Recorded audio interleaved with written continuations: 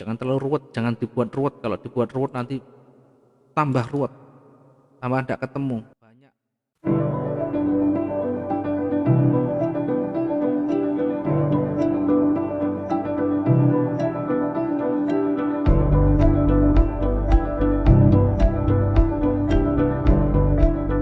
Banyak. Jadi kenapa banyak trader yang gagal? Kenapa banyak trader yang gagal? Yang menjadi penyebab utama sebenarnya sepele, tapi menjadi kebiasaan yang sering dilakukan. Kenapa banyak trader gagal? Yang pertama, terlalu banyak analisa.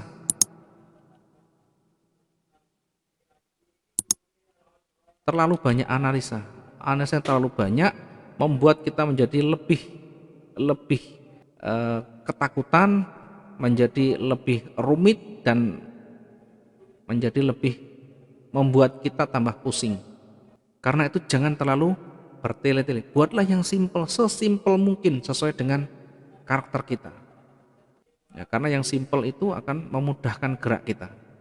Sekali lagi, jangan terlalu banyak analisa. Yang kedua, banyaknya trader yang gagal itu karena terlalu lama di dalam monitoring, ya, terlalu lama di depan layar. Diingat, kita punya kekuatan yang terbatas, punya kemampuan yang terbatas, baik ketahanan badan, baik mata kita, baik pikiran kita. Kalau sudah terlalu lama melihat monitor, melihat layar, melihat cat yang ada di sana, maka mata kita akan menjadi kelelahan. Ya, tenaga kita dikuras habis oleh pergerakan harga yang saat berjalan.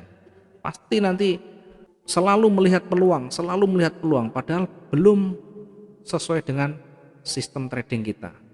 Di situ selalu melihat, oh ini ada doji, oh ini ada angle fing, oh ini ada penolakan, dan sebagainya. Karena apa? Karena terlalu lama. Kalau terlalu lama menjadi ikut, ya, terbawa arus, ikut terpesona dengan candle yang ada. Maka jangan terlalu lama sudah. Artinya sekali lagi tadi sudah saya berikan tekniknya, membaca hanya dalam hitungan menit selesai. Kalau ada peluang kita fokuskan, kemudian kita cari triggernya. Kalau tidak ada peluang, kita tutup dulu. Yang berikutnya, kenapa kita banyak gagal? Kenapa banyak trader yang gagal? Bukan karena dia tidak pinter, bukan IQ-nya rendah, tetapi ya itu tadi, terlalu banyak analisa, terlalu lama di depan cat. Yang berikutnya, karena terlalu lama, bisa juga nanti godaan selalu datang di sana. Godaan apa? Godaan untuk entry pastinya, karena pasti mikir sayang nanti kalau tidak dimanfaatkan peluang ini, sayang nanti kalau tidak masuk di sini, karena nanti masuk sebentar saja. Begitu masuk tidak sampai sebentar dia rugi banyak.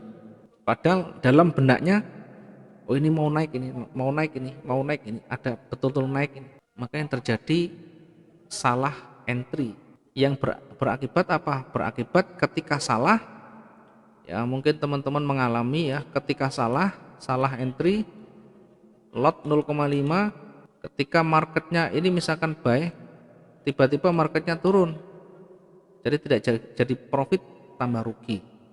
Karena sudah terlanjur lotnya besar, maka dalam hati selalu ingin berusaha untuk membalasnya supaya bisa kembali lot 1,0. Begitu turun, kita masuk lot 1,0. Kemudian begitu ini betul-betul turun sebentar, habis itu koreksi. Nah, koreksi sebentar ini senang minta ampun, padahal ini sementara, habis itu turun lagi. Sudah lotnya besar, ini bingung, jaraknya sudah banyak, mau di switch terlalu jauh, akhirnya bingung, dicari yang aman, lock, sell 1,5. Sudah, kalau sudah di lock pasti ruginya.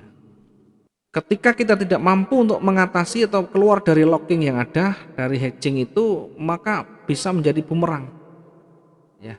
kecuali betul-betul sudah stabil, ya kita bisa ambil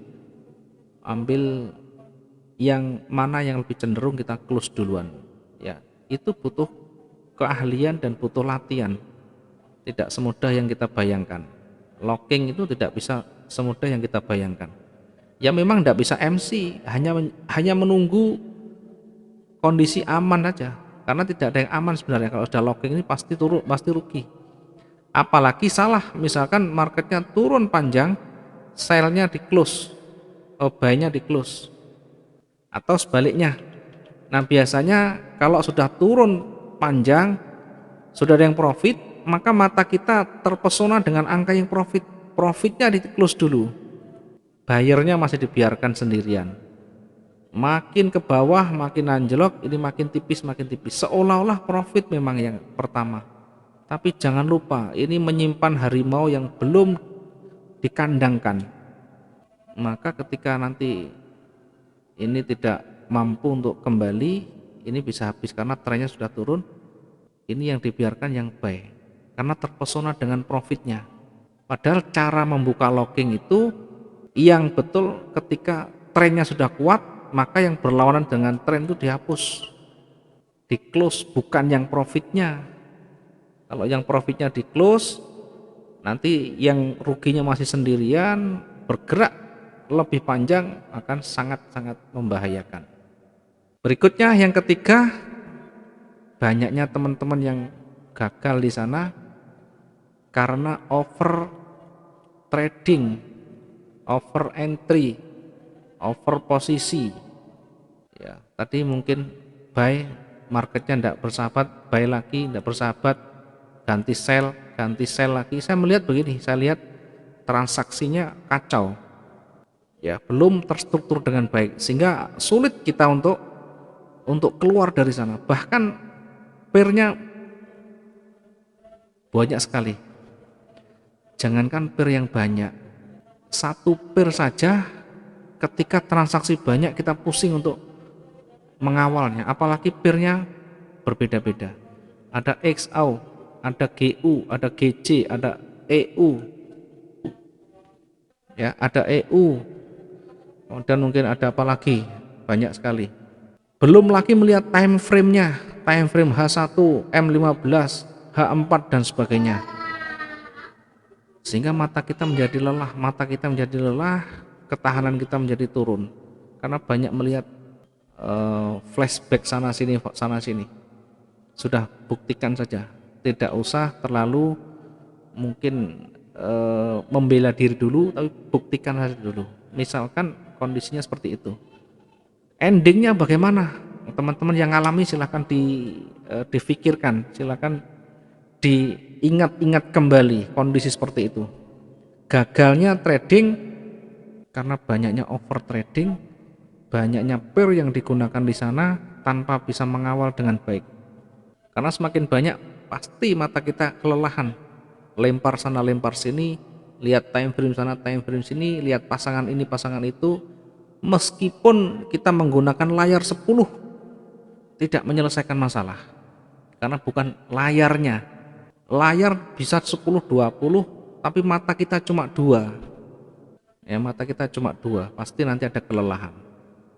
Yang berikutnya, ya kecuali ini ada bantuan semi robotik misalnya, boleh.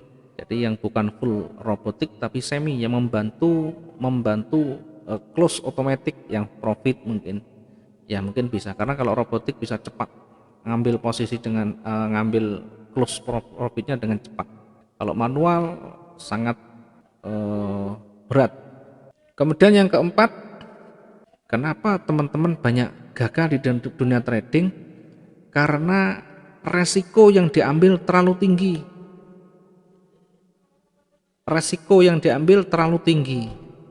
Sudah kita batasi maksimum kerugian itu 20% dari modal.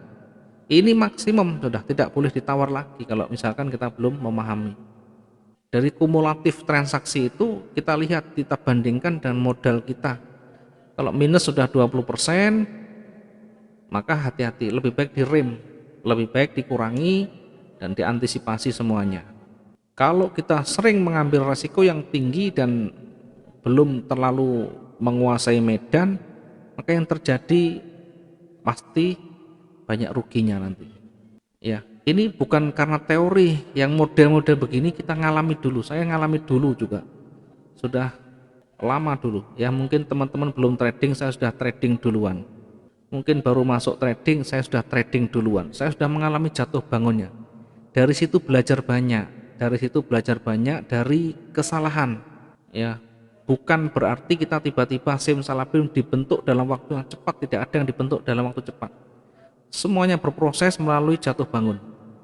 Oke, ini diperhatikan. Terlalu banyak transaksi, terlalu banyak analisa, terlalu lama di depan cat, kemudian kebanyakan trading, kebanyakan over transaksi, berikutnya resiko yang diambil terlalu tinggi. Kalau sudah resiko tinggi, diambil lotnya besar, ketika marketnya berbalik tidak bisa diselesaikan. Mau dipaksa pun tidak ada, marginnya tidak cukup nanti. Maka yang ada selalu memaksa diri dengan lotnya diperbesar, tidak bisa, karena sudah diambil resiko tinggi. Kalau di close terlalu panjang, terlalu banyak rasa sayang gitu, maka yang ada hanya menunggu dan berdoa, mudah-mudahan di situ tidak bisa. Kalau trading model seperti itu tidak akan bertahan lama. Baik, kita kembali ke materi lagi. Kenapa ini gagal tadi seorang trader? Biar teman-teman juga banyak belajar, tidak over trading, tidak menggunakan resiko yang tinggi, tidak terlalu lama di depan cat, dan tidak terlalu banyak, tidak terlalu rumit analisanya. Ya, tadi kita sudah sampaikan yang gampang saja, yang mudah. Tetapi mudah di sini tentu benar-benar harus teruji, bukan mudah dengan teori, tapi harus teruji.